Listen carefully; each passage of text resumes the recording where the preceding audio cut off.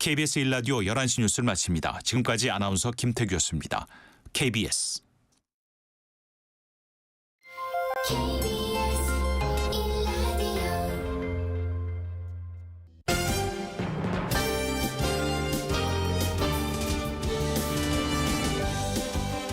KBS 1라디오 신성원의 오늘 세계는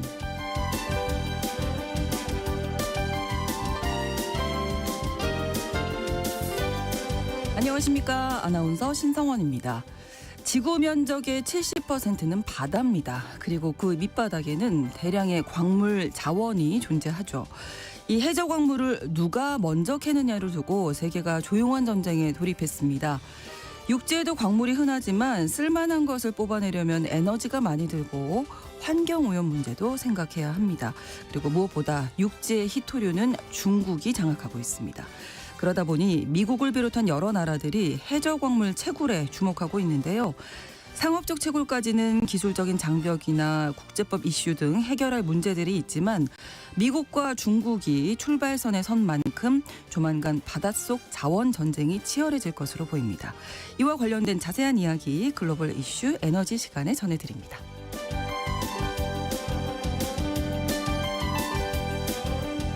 오늘 주목할 국제사회 뉴스는 헤드라인 뉴스와 키워드로 정리해드립니다. 통신원 취재 수첩 태국 소식 준비하고 있습니다. 태국은 전통적으로 대나무 외교라고 불리는 중립 외교를 펼치며 실리를 추구해왔습니다. 하지만 미중 간 긴장이 심화하는 상황에서 태국에 대한 외교적 압박이 심해지고 있다고 하네요. 이 같은 문제가 표면적으로 드러난 것이 위구르족 송환 문제라고 하는데요. 태국의 균형 외교에 닥친 위기, 잠시 후 통신원 연결해서 알아보겠습니다. 4월 30일 수요일 KBS 1라디오 신성원의 오늘 세계는 시작합니다.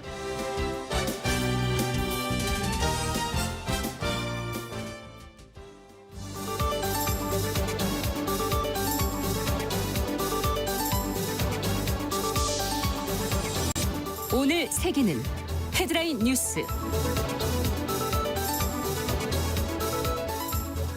하워드 러트릭 미 상무장관이 트럼프 행정부가 첫 번째 무역 협상을 완료했다면서 해당 국가 총리와 의회에 승인이 남아있다고 밝혔습니다.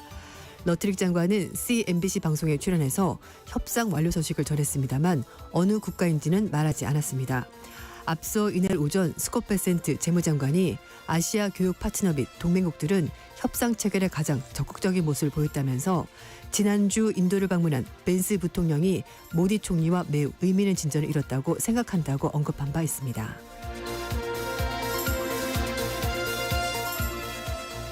도널드 트럼프 미국 대통령이 취임 100일을 맞은 29일 자동차 관세 완화를 위한 조치를 공식 발표했습니다. 트럼프 대통령은 이날 서명한 행정명령에 따르면 자동차 및 일부 부품에 부과된 25% 관세를 부과한 제품은 앞서 트럼프 대통령이 별도로 부과한 캐나다, 멕시코 국경 관세나 철강, 알루미늄 관세를 중복으로 적용받지 않습니다. 이러한 혜택은 외국 자동차 업체들도 받을 수 있습니다만 반드시 미국에서 최종 조립되는 자동차 업체만 해당됩니다.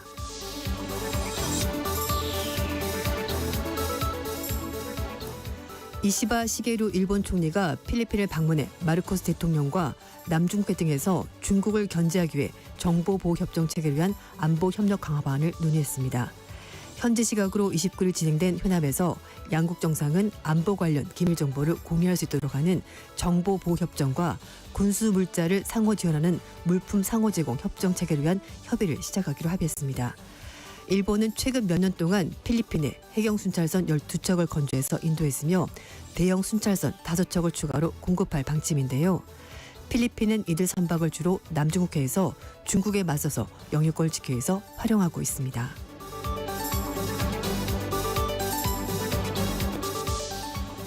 세계 최대 전자상거래 업체인 아마존이 현지 시각으로 28일 자체 저궤도 인터넷 위성 서비스를 위한 위성을 처음으로 성공적으로 발사했다고 밝혔습니다. 아마존은 케이퍼 커네버럴 우주기지에서 유나이티드 론치 얼라이언스의 아틀라스 V 로켓에 인터넷 위성 서비스 프로젝트 카이퍼를 위한 위성 27개를 실어서 발사했습니다. 위성은 상공 약 630km 고도에서 진입해 우주에 성공적으로 배치됐습니다. 아마존이 인터넷 서비스를 위한 위성 발사에 처음으로 성공하면서 일론 머스크의 우주기업인 스페이스X와도 경쟁이 본격화될 것으로 보입니다.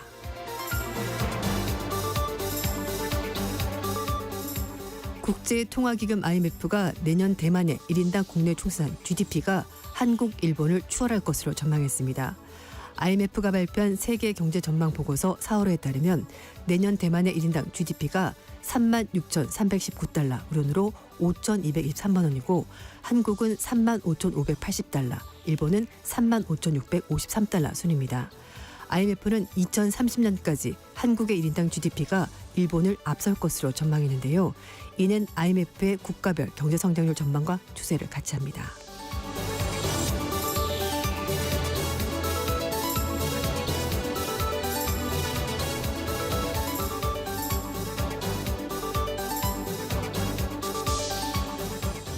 네, 지금 방금 전해드린 내용에서 한국의 GDP 35,880달러라고 이렇게 수정해서 좀 알려드리겠습니다. 죄송합니다. 네.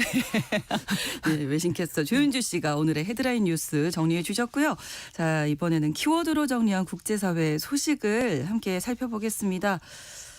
조윤주 캐스터 잠깐 실수하셨는데 이게 네. 첫 번째 키워드가 미국 실수의 날이네요. 예. 네, 조윤주 실수의 날. 이자 미국 실수의 날 될 것 같습니다. 어떤 이야기인지요? 예, 그 트럼프 대통령이 전 세계 국가를 상대로 상호 관세를 부과하면서 미국 해방의 날이 될 것이라고 자랑스럽게 말했습니다만 네네. 미국 현지의 반응들은 트럼프 좋지 대통령 않죠. 취임 100일 받아서 이게 미국 실수의 날로 기억이 될 것 같습니다. 미국의 정치적 매체 더 힐이 트럼프 대통령 취임 100일을 맞이해서 트럼프 행정부가 잘못한 5가지 최대 실수를 꼽았습니다. 네. 관세 정책을 비롯한 일론 머스크 테슬라 경영자의 정부 기용, 그리고 이민자 추방 정책, 문화 전쟁, 우크라이나 비판, 이렇게 5가지를 트럼프 대통령의 주요 실책으로 꼽았습니다. 더 힐은 대통령이 전 세계를 상대로 상호 관세를 부과한다고 발표한 것이 가장 심각한 정치적 실수다라고 지적을 했는데요. 상호 관세 발표하고 나서 세계 금융시장의 각종 자산이 폭락했습니다. 일부 상대국들은 보복 관세 계획까지 발표했고요. 소매업체들은 수입품 가격이 올라갈 것이고 그래서 공급 부족이 있을 거라 경고했고요. 경제학자들은 관세가 결국 물가를 끌어올릴 것이라고 관측했습니다. 네. 여론조사에서도 미국인들은 트럼프의 상호 관세를 걱정하는 목소리가 많았습니다. 더 힐은 트럼프 대통령이 기업 경영자이자 전 세계 최고 부자 중 한 명인 머스크에게 정치적 권력을 준 것은 문제가 있는 결정이었다라고 짚었고요. 네. 그러면서 머스크는 트럼프 진영 내에서 분열을 일으킨 사람이고 마크 루비오 국무장관, 스콧 베센트 재무장관, 쇼 더피 교통장관 같은 이런 내부 인사들과 충돌을 빚었다라고 지적했습니다. 더 힐은 또 불법 이민자 추방을 과도하게 밀어붙인 정책도 미국 사회 전반에 우려를 불러일으켰다라고 지적했습니다. 한편 폭스뉴스가 최근에 여론조사 해봤는데요. 응답자들은 국경 보안을 강화한 것이 높은 점수를 주긴 했습니다만 이민 정책과 추방 정책에 대해서는 찬성보다는 이제 반대 의견이 훨씬 더 많이 나와서 부정적인 시각이 많았습니다. 네. 그리고 트럼프 대통령이 최근에 하버드 대학을 비롯한 미국의 주요 대학을 공격하면서 문화 전쟁을 일으켰는데요. 이것 역시 민주주의를 위협하는 것이다라고 더 힐이 지적했습니다. 그래서 더 힐은 트럼프 대통령이 권력을 남용하는 것이 매우 걱정스럽다라고 지적을 했습니다. 네. 그리고 트럼프 대통령의 외교 정책도 인기가 낮은 분야로 꼽혔는데요. 뉴욕타임즈 여론조사를 보면은 트럼프 대통령의 우크라이나 전쟁 대응에 대해서 지지하는 대답이 35%에 불과했고요. 56%가 반대했습니다. 네, 취임 100일에 대한 평가가 네. 조금은 좀 부정적으로 나오고 있다. 이렇게 맞습니다. 정리해볼 수 있겠습니다. 자, 다음 키워드가 두 발 다 보이는 문워크. 이 문워크가 그 마이클 잭슨 네, 맞아요. 뒤로 가는. 맞아요. 네. 뒤로 간 줄도 모르고 어느 순간 슉 이렇게 이동을 해 있는 건데, 네. 그렇죠. 근데 트럼프 대통령이 자신이 발표했던 정책을 밀어붙이지 못하고 한 발, 두 발 잡고 뒤로 물러서고 있는데 트럼프 네. 대통령은 이렇게 얘기를 합니다. 유연성이다. 네, 굉장히 그렇죠. 유연하게 시장에 대처를 하는 거다라고 얘기를 하고 있습니다만 이렇게 문너크처럼 부드럽게 보는 것이 아니라 사람들이 다 보더라도 잘 안 되는구나, 뭐가 문제가 있구나라면서 다 알아차릴 것 같습니다. 트럼프 대통령이 상호 관세 유예를 이제 90일 동안 유예하고 이번에는 완성 자동차에 대해서 다른 관세가 부과되지 않도록 막겠다라고 밝혔습니다. 네. 월스트리트저널이 보도한 내용이고요. 트럼프 대통령은 미국에서 제조되는 자동차들에게 들어가는 외국산 부품에 대해서 일부 관세를 유예하고 그리고 외국산 자동차에 여러 가지 관세가 중첩되지 않도록 하겠다라고 밝혔다고 보도가 나왔습니다. 네. 그래서 완성차에 대해서 25% 관세를 납부한 기업들도 철강 및 알루미늄 같은 다른 관세 이게 25%가 붙거든요. 이걸 추가로 내지 않아도 된다라고 트럼프 대통령이 얘기를 하고 있는 겁니다. 아울러서 외국산 자동차 부품에 대해서 25% 관세가 있는데 이거에 대해서도 일부 되돌려 받을 수 있도록 조치가 마련이 됐습니다. 향후 1년 동안 미국산 자동차 한 대 가격의 3.75%에 해당하는 금액까지 부품 관세 환급이 가능하다고 하고요. 두 번째부터는 2.5%만큼의 부품 관세가 환급이 된다고 합니다. 이번 조치는 소급 적용된다고 하니까 이미 납부한 자동차 관세에 대해서도 관세를 환급받을 수 있다고 합니다. 네. 자꾸 이렇게 한 발 두 발 물러서는 이유가 자신의 지지 기반이죠. 백인 남성 근로자들이 자동차 산업에 많이 종사하고 있거든요. 네, 맞습니다. 이 이유가 있을 것 같아요. 네, 이 트럼프 대통령이 자동차 관세 완화 조치를 하는 배경은 관세 충격을 받고 있는 미국의 자동차 산업의 불만을 달래기 위한 조치다라는 분석이 나오고 있습니다. 동시에 관세에 대해서 유연한 입장을 취해서 경기 침체 등 시장 우려도 진정시키는 보석이 담긴 것으로 보이는데요. 네. 자동차 관세 완화 계획은 트럼프 대통령이 취임 100일 되는 29일 날 이날 맞이해서 자동차 산업의 중심지인 미시간주 디트로이트를 직접 방문해서 이 얘기를 자세하게 한다고 합니다. 네. 미시간주는 미국 제조업의 쇠락을 뜻하는 러스트벨트 지역 중에 하나인데요. 취임 100일을 맞아서 자동차 산업 관세 완화라는 선물을 가지고 이 지역을 직접 방문해서 미국 제조업에 대해서 대통령이 직접 챙긴다 이런 것들을 알리려고 하는 것으로 보입니다. 또 자동차는 미국 소비자들에게도 굉장히 민감한 품목인데요. 관세 때문에 자동차 가격이 올라가는 것에 대해서 걱정의 목소리가 많습니다. 네. 그래서 한 리서치 회사에 따르면 자동차에 대한 관세가 올라가게 되면은 일부 고급 수입차 가격은 최대 2만 달러까지 올라간다고 하고요. 소형 세단 등도 2,500달러에서 4,500달러까지 가격이 더 올라갈 수 있다고 합니다. 네. 그래서 미국의 자동차 회사인 포드, GM, 스텔란티스가 최근에 트럼프 행정부 측에 자동차 관세 완화를 꾸준히 요구해 왔고요. 자동차 관련 관세가 모두 부과된다면은 미국 자동차 생산과 경영에 차질이 있을 수밖에 없다라면서 강력히 불만을 제기했습니다.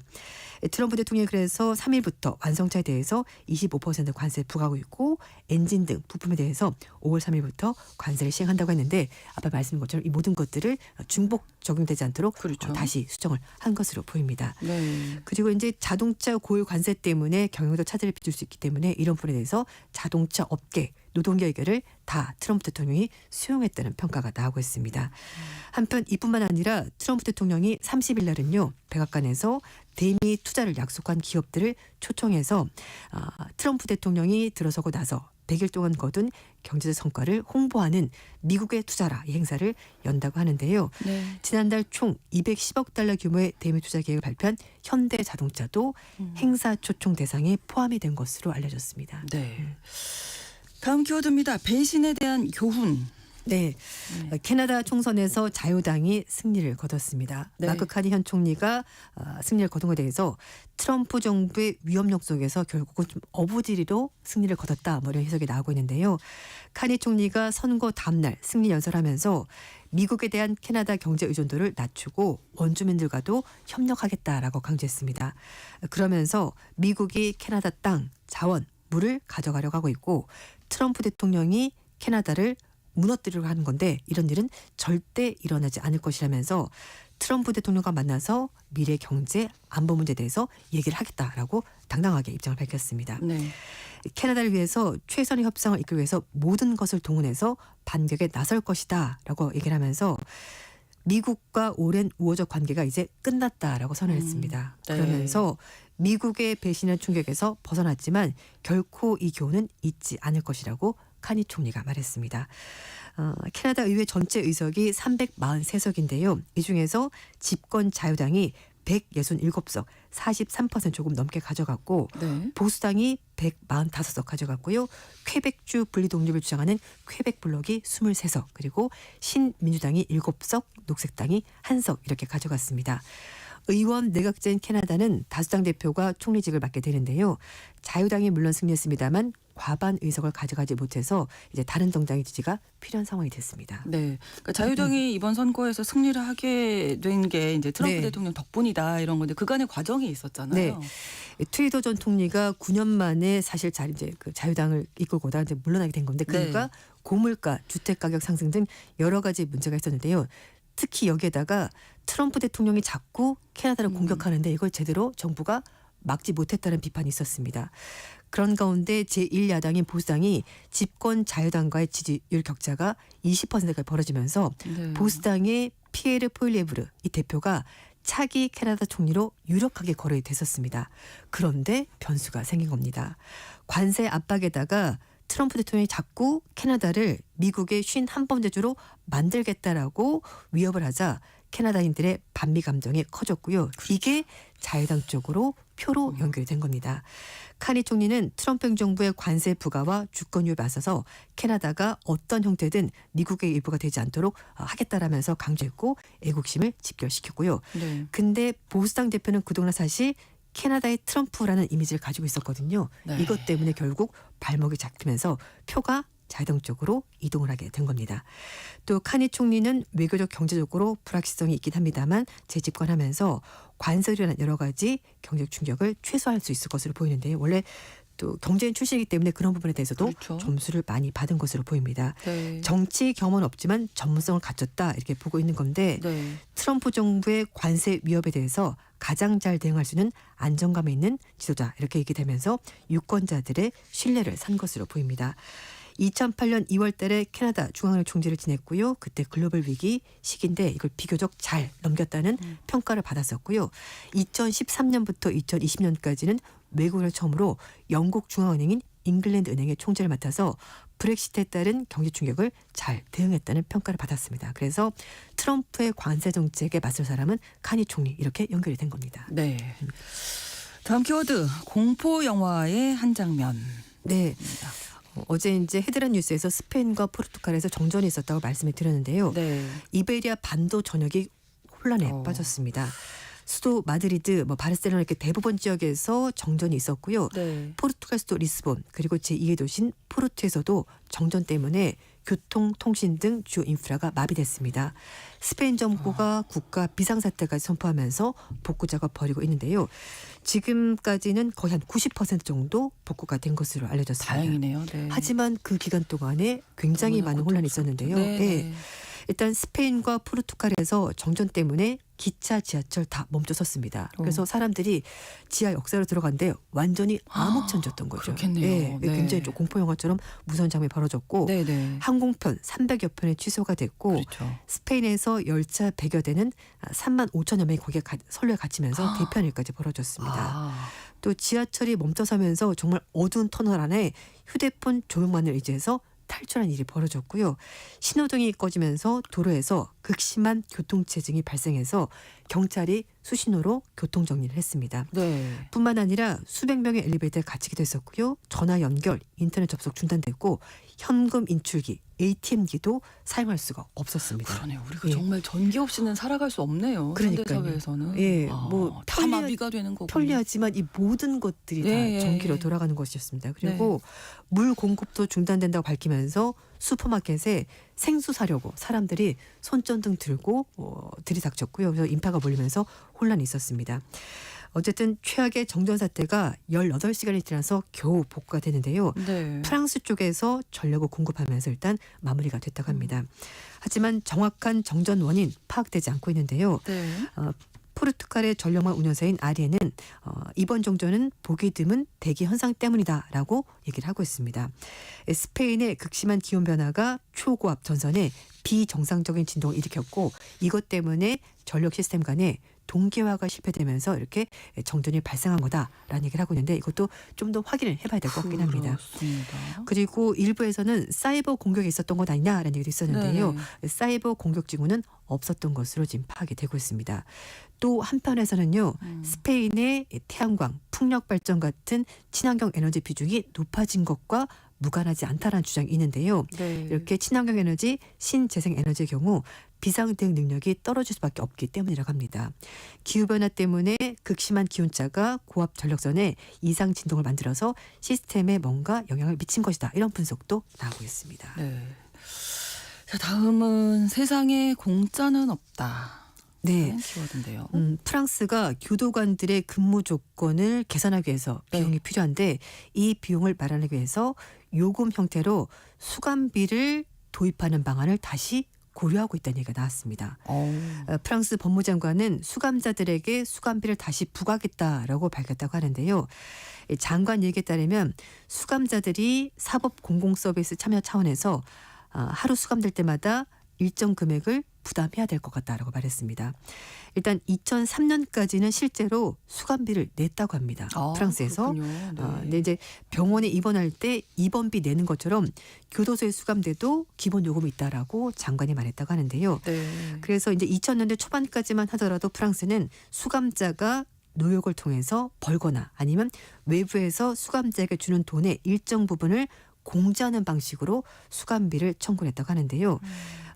사실 이제 뭐 체계적으로 했던 건 아니지만 어쨌든 있기는 있었다고 합니다. 네. 근데 이 제도가 나중에 수감자들이 지급 능력이 없는 경우가 있고 또 실효성이 떨어지는 이유 때문에 이게 폐지가 됐다고 하는데요.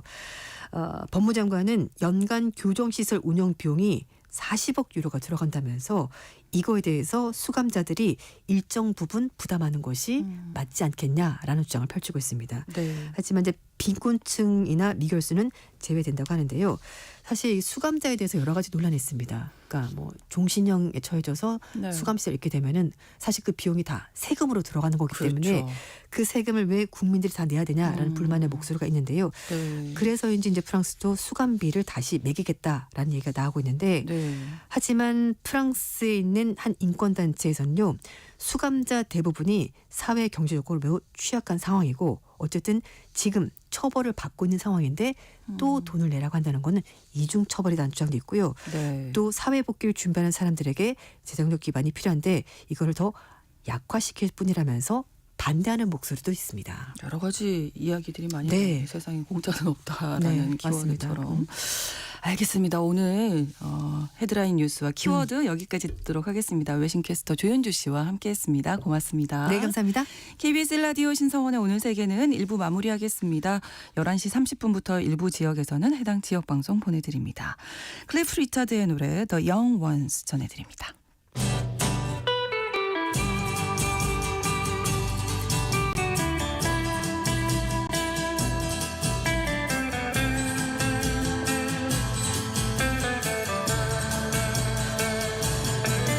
The young ones, darling, we're the young ones, and the young ones shouldn't be afraid to live low while the flame is strong, 'cause we may not be the young ones very long.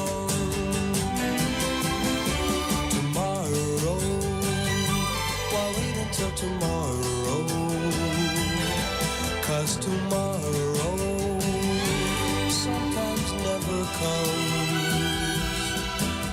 So love me, there's a song to be sung, and the best time is to sing it while we're young.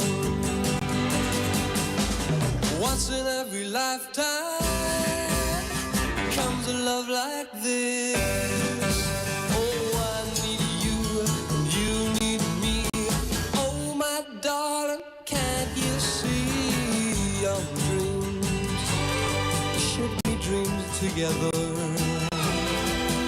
and the young hearts shouldn't be afraid. And someday when the years have flown, darling, then we'll teach the young ones of our own.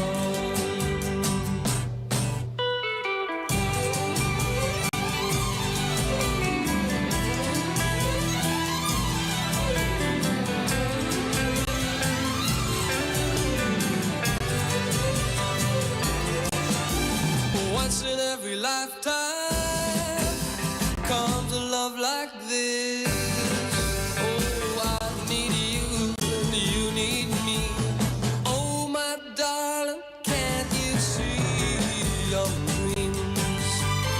should be dreams together, and a young heart shouldn't be afraid, and some. 지금 시각은 11시 30분입니다. KBS Ladies and gentlemen. 국제사회의 다양한 뉴스를 한눈에 KBS 1라디오 신성원의 오늘 세계는 세계를 바로 보는 최소한의 투자입니다.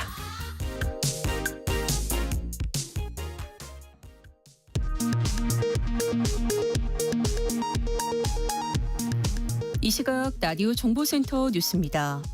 밤사이 진행됐던 서울 시내버스 노조와 사측인 버스운송사업조합 사이 임금 협상이 최종 결렬됐습니다.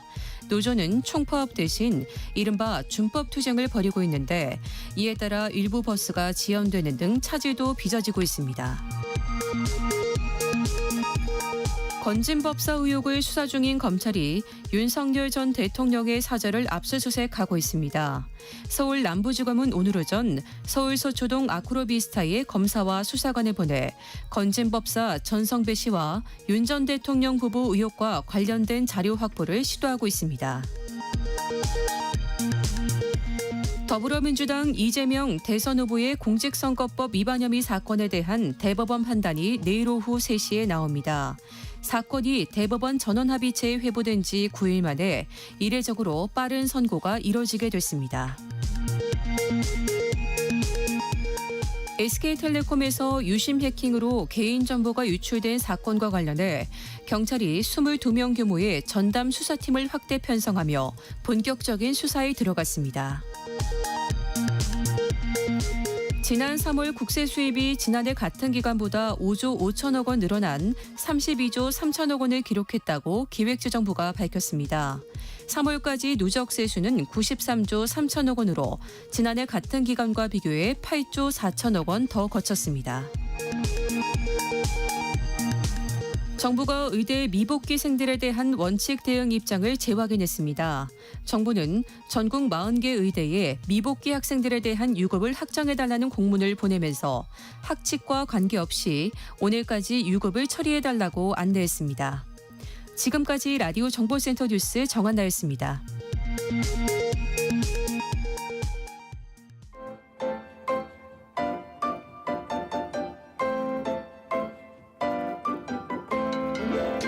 통신원 취재 수첩.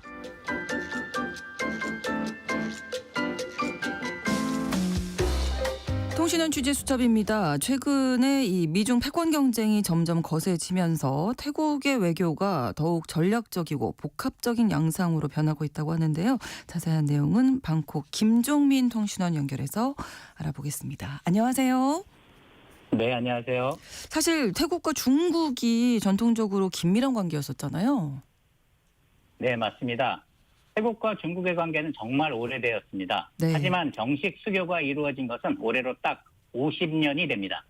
태국과 중국 수교 50주년인 올해 양국은 다양한 이벤트를 계획하고 있다고 합니다.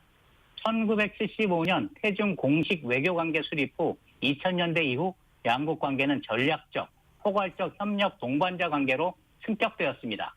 그리고 2012년 이후 중국의 1대1로 이니셔티브는 태국을 핵심 거점으로 포함하면서 그 관계가 강화되었습니다. 특히 태국 내 고속철도 건설 사업 등 주요 인프라 프로젝트가 현재까지 추진되고 있습니다. 네. 중국은 현재 태국의 최대 무역 상대국으로 전체 수입 중 약 20% 이상의 비중을 차지하고 있습니다. 최근 태국에서 중국의 직접 투자가 급증하고 있으며 특히 전기차, 전자상거래, 농산품 등에서 협력 확대가 이루어지고 있습니다. 태국은 동남아시아 중심에 위치하여 중국의 1대1로 전략의 남방 관문 역할을 하고 있습니다. 어떤 분께서는 태국이 지정학적 사치를 누리고 있는 나라라고 평하기도 합니다. 네. 사치스러울 만큼 정말 좋은 위치에 있다고 할 수 있습니다. 중국은 태국을 아세안 국가 진입 및 남중국해 해상로를 확보하는 전략적 거점으로 인식하고 있습니다. 네. 특히 중국의 EV 산업과 반도체 분야 투자는 미중 기술 경쟁의 연장선에서 아주 중요한 전략적 위치에 있다고 할 수 있습니다. 네. 그런데 중국과 패권 경쟁 중인 미국도 역시 태국과 좋은 관계 유지하고 있죠. 네, 맞습니다. 태국과 미국 역시 안보 및 경제 분야에서 중요한 동맹국입니다. 오랜 군사 동맹국으로 한국 전쟁과 베트남 전쟁에서 함께 싸우기도 했습니다. 양국은 매년 인도 태평양 지역 최대 규모의 연합 군사훈련 코브라 골드를 공동으로 개최합니다. 미국은 태국의 군사 장비, 훈련 및 시설 개선 지원을 제공해 왔으며 전략적으로 중요한 우타파오 공군기지와 사타힙 해군기지에 대한 접근 권한을 가지고 있기도 합니다. 경제적으로 미국은 태국의 세 번째 큰 무역 파트너이며 중요한 투자국입니다. 2024년 양국 간 상품 교역액은 810억 달러에 달합니다. 네. 미국 투자는 주로 석유 및 화학, 금융, 소비재와 자동차 생산 분야에 집중되어 왔습니다. 네. 최근에 미중 간 경쟁이 심화되고 있기 때문에 태국이 그동안에는 양국 사이에서 이제 균형 외교를 펼치고 있었는데 이게 또 쉽지는 않을 것 같습니다. 예, 그렇습니다. 미국과 중국 간의 무역 갈등과 기술 정쟁은 태국 경제에 직간접적인 영향을 미치고 있습니다. 네. 태국은 이러한 긴장 속에서 양국 모두와 우호적인 관계를 유지하며 경제적 이익을 극대화하는 방안을 모색하고 있습니다. 최근 미국의 대중국 견제 움직임 속에서 일부 미국 기업들이 공급망 재편을 위해 태국으로 생산 기지를 이전하는 사례도 나타나고 있어 그야말로 복잡하고 미묘한 균형을 추구해야 하는 상황입니다. 미중 관계의 변화는 태국의 외교 및 경제 정책에 지속적인 영향을 미칠 것으로 예상됩니다. 네. 사실 트럼프 2기 정부 초기에 태국은 중국의 눈치는 좀 봤지만 미소를 지었습니다. 미중 양국 간의 경쟁이 태국에는 이익으로 돌아올 것이라고 생각했기 때문이죠. 네. 미국과 중국의 갈등 속에서 무역 투자 유입의 수혜자가 될 가능성이 높고 특히 중국 기업들의 동남아시아 진출 거점으로 태국의 가치가 상승할 것이라고 생각했습니다. 네. 하지만 중국에 대한 과도한 의존은 미국과 서방 국가들의 경제 제재 위험이나 외교적 고립이라는 리스크를 동반할 수 있습니다. 또한 중국의 정치적 영향력이 커질 경우 장기적으로 태국의 자율적인 외교 전략에 제약이 발생할 수 있습니다. 그렇죠.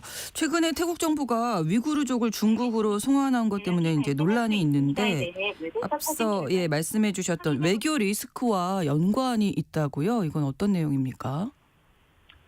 네. 2014년 3월 중국에서 탈출해 튀르키예로 망명을 시도하던 위구르족 300여 명이 네. 경유지인 태국에서 적발된 적이 있습니다. 네. 태국은 이들 중 109명을 이듬해 중국으로 강제 송환했었습니다. 그리고 여성과 어린이 등 173명을 튀르키예로 보냈습니다. 당시 이 때문에 태국 정부는 여러 나라에서 질타를 받았었고 2015년에는 보복 폭탄 테러 사건까지 벌어졌었습니다. 네. 이후 한동안 잠잠하다가 지난 2월 11년에 구금 생활을 한 위구르족 40명을 중국으로 갑자기 강제 송환해 또다시 국제사회의 비난을 받았습니다. 남은 위구르족 중에서 40명을 중국으로 보내면서 태국 정부는 중국 정부가 이들을 모두 안전하게 보호할 것이라 약속했으며 국익을 위한 최선의 조치였다 변명했습니다. 네. 하지만 이에 대해 미국 정부는 위구르족 강제 송환에 관여한 태국 전현직 공무원에 대해 미국 비자 제한 조치를 내리기도 했습니다. 태국은 두 차례의 위구르족 강제 송환으로 국제사회에서 인권 문제와 관련해 비판받고 있는 중국의 입장을 지지한 셈이 돼버렸습니다. 그렇죠. 이는 장기적으로는 중국과의 관계에서도 부담이 될 수 있습니다. 이를 의식한 듯 태국 정부는 바로 엊그제 마지막으로 남아있던 3명의 위구르족을 캐나다로 안전하게 보냈다고 태국 현지 매체를 통해 보도했습니다. 네. 태국은 앞으로 위구르족 문제뿐 아니라 다른 부분에서도 미중 사이에 끼어서 외교적으로 곤란한 처지가 되고 경제적으로 손해를 입을 수 있는 상황도 발생할 수 있을 텐데요. 네. 태국의 외교가 좀 더 도약하는 기회가 될 수 있을지 앞으로 지켜봐야겠습니다. 네, 그렇습니다. 소식 잘 들었습니다. 고맙습니다. 네, 감사합니다. 네, 태국 방콕에서 김종민 통신원이었습니다.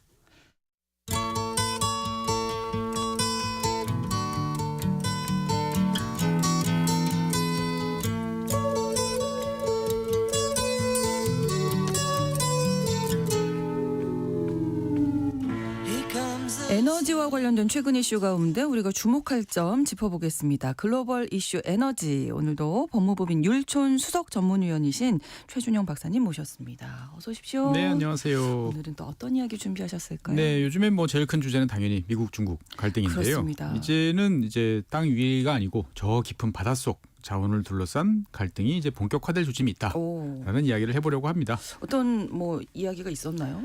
잘 아시는 것처럼 이제 트럼프 대통령이 중국에 대해서 이제 100%가 넘는 고율의 관세를 지금 부과를 한 상태죠. 네. 중국도 이에 맞서서 이제 보복 관세 플러스 그다음에 일부 희토류, 그다음에 희토류를 이용한 자석의 수출 제한 조치를 지금 이제 가하고 있습니다. 그러니까 중국 입장에서 보면 세계 희토류 시장을 장악하고 있다 보니까 자신의 강점을 최대한 활용해서 미국을 압박하겠다라는 의지를 보여주고 있습니다. 미국은 그럼 어떻게 대응할까요? 그러니까 이제 트럼프 대통령 같은 경우는 4월 2일 날 이제 관세를 부과했는데 네. 아마 그 이전에 중국이 이런 방식으로 대응할 것을 좀 예상했던 것 같아요. 그러니까 왜냐하면 지난 3월 20일 날 한 달 좀 전이죠. 미국 내 광물 자원 생산 확대를 위한 행정명령에 서명을 했었습니다. 이 행정명령 내용을 보면 좌우간 인허가 절차를 단축해서 네. 신속하게 광물 자원 개발에 나설 수 있도록 해라라는 이야기. 그다음에 미국 국제개발금융공사와 같은 정부 기관이 보유한 돈을 이제 해외에 쓰지 말고 미국 내 광물 프로젝트에 투입해서 광물 생산량을 좀 늘려봐라. 네. 라는 내용이 주로 핵심입니다. 사실 뭐 미국 같은 경우에도 국토가 워낙 넓다 보니까 희토류라든지 뭐 광물 자원 많잖아요. 그렇습니다. 네. 지금은 이제 희토류 그러면 중국이지만 네. 1990년대 초반까지만 해도 미국의 이제 마운틴 패스 광산이 세계 희토류 공급량 대부분을 감당하기도 했었습니다. 그렇군요. 네. 그런데 이제 잘 아시는 것처럼 이 희토류는 캐는 것도 캐는 거지만 그 정년, 재련 과정에서 환경 오염 그리고 그렇죠. 이제 여러 가지 비용 문제 등이 이제 발생을 하다 보니까 이 생산을 포기하고 이제 점점 이제 중국한테 주도권이 넘어간 이제 그러한 상태죠. 네.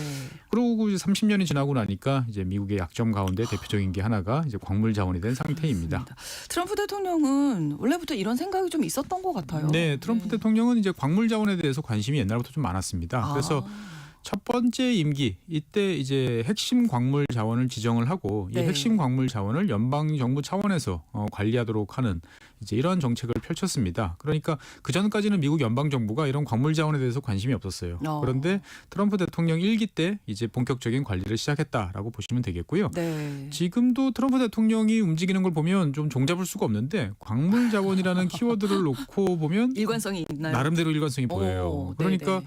우크라이나 하고 네. 이야기할 때 광물 협정. 그렇죠. 그다음에 광물 자원이 풍부한 그린란드, 캐나다 이런 나라에 대한 집착, 압박 이런 거 되게 많죠. 네. 그러니까 광물이라는 키워드를 중심에 놓고 보면 나름대로 일관성을 우리가 읽을 수가 있습니다. 네네. 그러니까 트럼프 대통령 입장에서 봤을 때는 중국과의 갈등이 한두 달 안에 끝날 건 아닌 것 같고 장기화될 것으로 보니까 그러면 중국이 우리한테 가할 타격은 이제 광물 자원 아니겠는가. 그래서 어떻게 보면 광물 자원 확보에 나서고 있다라고 이제 이야기를 할 수 있을 것 같습니다. 네. 그래서 이제 바다 밑으로 미중 갈등이 확산하고 있다 이렇게 처음에 네. 말씀을 해주셨는데 이게 어떤 의미인가요? 지구상의 70%는 바다죠. 그렇죠. 그러니까 그 바다 밑에는 뭔가 또 있을 겁니다. 보면. 있겠죠. 예. 예. 그러니까 이 바다 밑에 즉 해저 광물을 둘러싼 미국과 중국의 움직임이 본격화됐다라고 이해하시면 되겠습니다. 네, 얼마나 많은 건가요, 해저 광물? 오랜 시간에 걸쳐 가지고 이 해저에는 이제 금속 성분 덩어리들이 해저 여기저기에 이제 분포를 하고 있습니다. 그러니까 우리는 육상에서 광물 자원을 캐려면 대부분 땅을 파고 들어가야 되는데 이 해저에는 그냥 땅 팔 필요 없이 위에 널려 있는 광물 덩어리들이 이제 많이 있다라고 이해를 하시면 되겠습니다. 네네. 크게 나눠보면 한 세 종류인데요. 네. 이제 제일 깊은 곳, 해저 한 4,000m에서 6,000m 정도 되는 평원에는 해저에도 평원이 있겠죠. 네. 여기에는 이제 망간 단계라는 것이 이제 감자 크기로 이제 흩어져 있고요. 이것보다 좀 얕은 한 800에서 2,500m 해저산, 해저에도 산이 있으니까 이 해저산 경사면에는 꼭 껍질이 붙어 있는 것처럼 이제 망간각이라고 부르는 이런 존재들이 또 있습니다. 네. 그리고 이제 해저에도 화산이 있는데 네. 이 해저 화산 인근에는 해저 열수 광산이라는 이런 곳이 존재하는데요. 네. 이 해저 열수 광산에는 이제 귀금속, 금, 은 이런 백금 이런 귀금속이 많이 함유되어 있어요. 그렇군요. 앞서 말씀드렸던 이제 망간 단계라든지 망간 각에는 이제 니켈, 코발트 이렇게 이제 우리가 주로 산업용으로 쓰는 광물 자원이 많이 포함되어 있습니다. 근데 왜 망간 단계, 망간각 이렇게 부르나요? 예, 이게 여러 가지 금속 물질들이 섞여 있는데 네. 그 중에 망간 성분이 한 20% 이상으로 제일 많아요. 그래서 그러다 대표 주자가 망간이다 보니까 네네. 예, 그래서 이제 이렇게 부르고 있고요. 네. 이런 해저 광물 자원들은 이제 양도 엄청나게 많지만 또 다른 장점이 있습니다. 어떤 건가요? 장점은? 육지에서 광물을 캐면 우리는 꼭 돌멩이를 캐는 것처럼 보입니다. 그렇죠. 그 돌멩이를 깨서 그곳에 필요한 광물 자원들을 뽑아내야 돼요. 네. 그러니까 몇 퍼센트 안 되는 것을 골라내기 위해서 엄청난 양의 돌을 깨고 골라내고 이걸 다시 화학약품으로 녹이거나 부수거나 하는 일을 해야 되는 거죠. 그러니까 좋은 말로 하면 뭐 어려운 말로 하면 정년, 재련이라고 네. 부르는 과정인데 이 과정에는 막대한 에너지와 환경 오염이 발생을 하는 거죠. 네. 그런데 이제 아까 말씀드렸던 해저의 망간 단계 등은 그 네. 자체가 그냥 금속 덩어리예요. 그냥 바로 쓸 수 있는 거예요. 네. 어. 그러니까 그냥 간단하게 몇 가지 오. 처리만 하면 바로 쓸 수가 있기 때문에 훨씬 네. 이용하기가 좋다라고 보시면 되겠습니다. 그러면 이 자원들도 해저 자원들도 육지처럼 어떤 특정한 곳에 몰려 있나요? 네, 이게 좀 골고루 나눠져 있으면 좋은데 그러니까요. 이것도 몰려 있어요. 아, 이 네.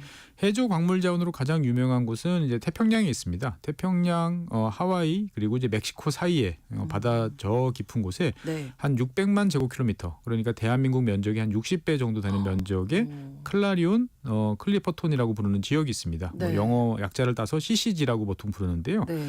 이곳에는 제일 유명한 망간 단계가 엄청나게 분포를 하고 있습니다. 그러니까 망간 단계 안에는 니켈, 코발트가 있는데 네.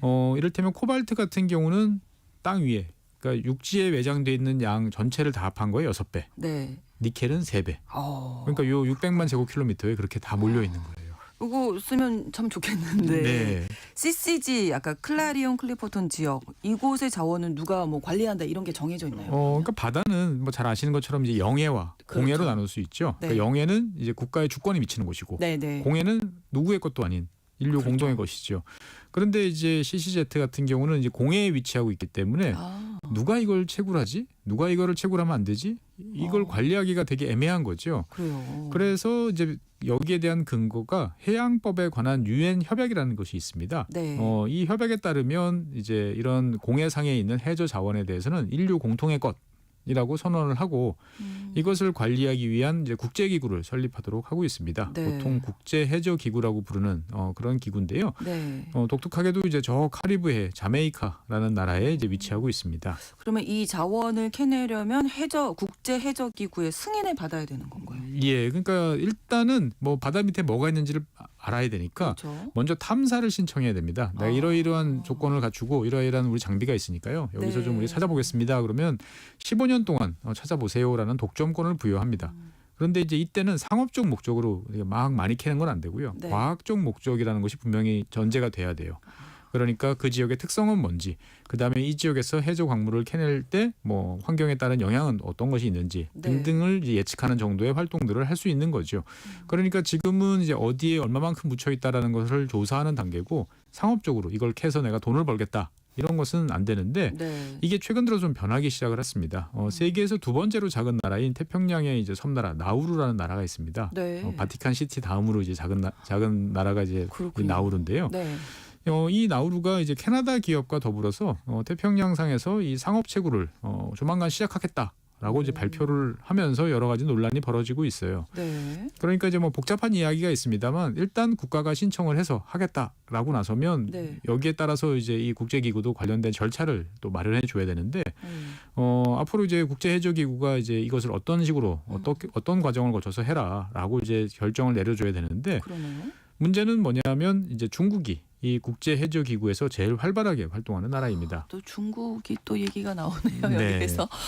네, 중국이 뭐 손길이 닿지 않는 곳이 없는데요. 네. 일단 중국은 이제 이 국제해저기구, 뭐 이 국제기구 움직이려면 돈이 필요한데 가장 많은 예산을 부담하는 나라가 중국입니다. 돈의 네. 힘이죠. 그렇죠. 그리고 이제 국제해저기구에도 이런저런 산하에 이제 여러 뭐 부서들이 있잖아요. 네. 이 부서의 모든 부서에 다 자국 전문가들을 파견해서 여러 가지 활동을 하고 있습니다. 그러니까 국제해저기구에서 이런저런 결정을 한다, 회의를 한다, 뭐 제안을 한다라고 하면 다 중국의 입김이 들어가 있다라고 보시면 되겠습니다. 네. 그러니까 중국 같은 경우는 이제 옛날에도 이제 해저에 대해서 좀 관심이 있었는데 특히 이제 10년쯤 전인 2016년에 시진핑 주석이 심해 관련 기술에 대한 중요성을 강조했어요. 해저에 있는 보물을 우리가 관심을 가질 필요가 있다라고 하면서 네. 12개 넘는 이제 심해 해저 기관이 이제 만들어졌습니다.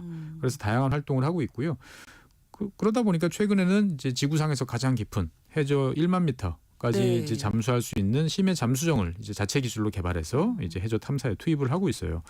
그러다 보니까 과거에 이제 해저 기술 탐사는 미국의 독점적 영역이었는데 그렇죠. 최근에는 미국보다 더 잘하는 것 같다라는 이야기가 나오고 있습니다. 네, 뭔가 좀 더 구체적인 느낌은 드네요. 중국이 하고 있는 활동이. 그렇죠. 중국이 당연히 뭐 해저 광물 자원 개발에 찬성하겠고요. 네, 네. 그렇습니다. 그러니까 중국은 이제 이 해저 광물 개발해야 된다라고 네, 네. 이야기를 하고 있는데 이게 이제 세계 주요국들하고 입장이 좀 달라요. 그러니까 이제 유럽 국가들 그 중에서도 이제 프랑스, 독일, 영국 같은 경우는 이제 해저에서 뭘 캐내면 이 심해저에 있는 해저 생태계가 훼손되면 그거 복구하기가 너무 어렵다.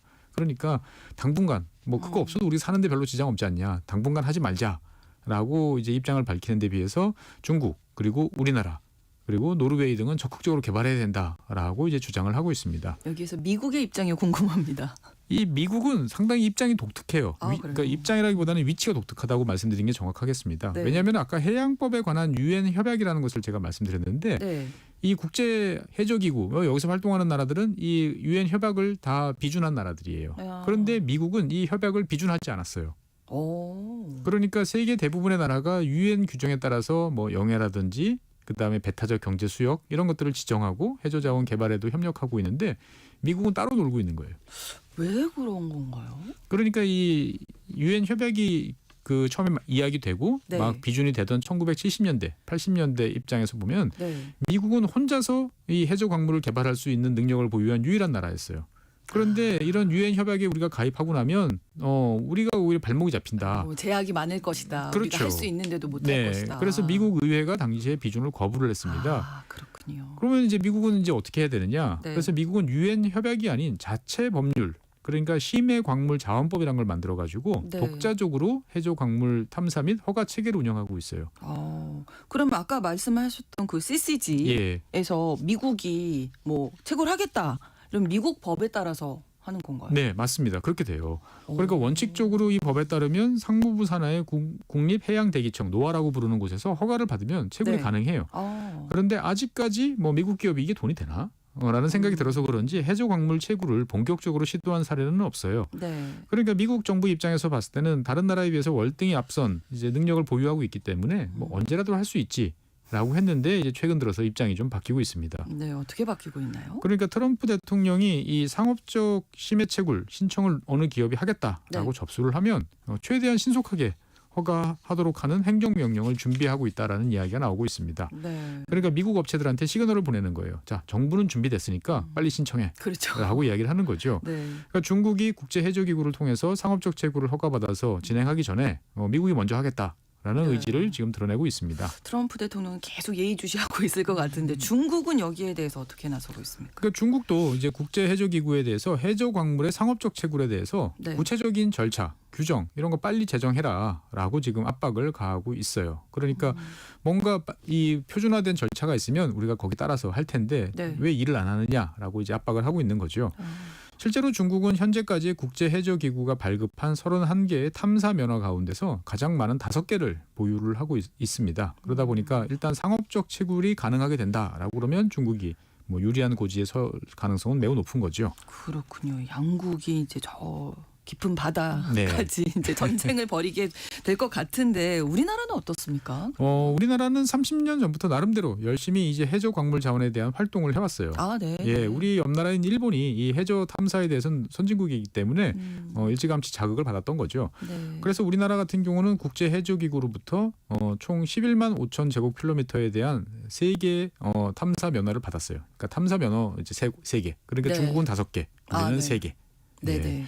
이것 이외에도 이제 태평양의 섬나라인 피지, 퉁가 이런 나라들로부터 이 나라 같은 경우도 배타적 경제 수역 안에 해저 광물이 꽤 묻혀 있거든요. 네. 이 나라들에 대해서도 별도로 또 탐사 허가를 획득한 상태예요. 그러니까 우리나라 입장에서 보자면 일찌감치 투자를 해오고 있다라고 볼 수가 있습니다. 실제로 광물자원 개발은 그러면 언제부터 가능할까요? 그러니까 이게 뭐 다들 달려들고는 있습니다만 수천 메타 해저에서 이걸 대량으로 채굴하는 것은 아직까지 누구도 해보지 않았기 때문에 여기에 따른 기술 개발, 환경 오염 방지 등등 이제 신경 쓸 것이 많죠. 그러니까 뭐 전문가들 의견은 다르지만 저는 한 10년 정도는 아마 그래도 걸리지 않을까라고 되는데 뭐 미국과 중국이 경쟁적으로 나서면 과거에 10년 만에 사람을 달나라에 보낸 것처럼 의외로 당겨질 가능성도 배제할 수는 있겠네요. 없습니다. 어찌됐든 에너지와 광물 자원을 둘러싼 경쟁은 이제 육지를 넘어서 이제 해저로 향하고 있고 아마 몇 년 후에는 이제 우주로 이어지지 않을까라는 생각을 해보게 됩니다. 해저 광물 전쟁 우리도 좀 잘 준비를 해야 되겠습니다. 네.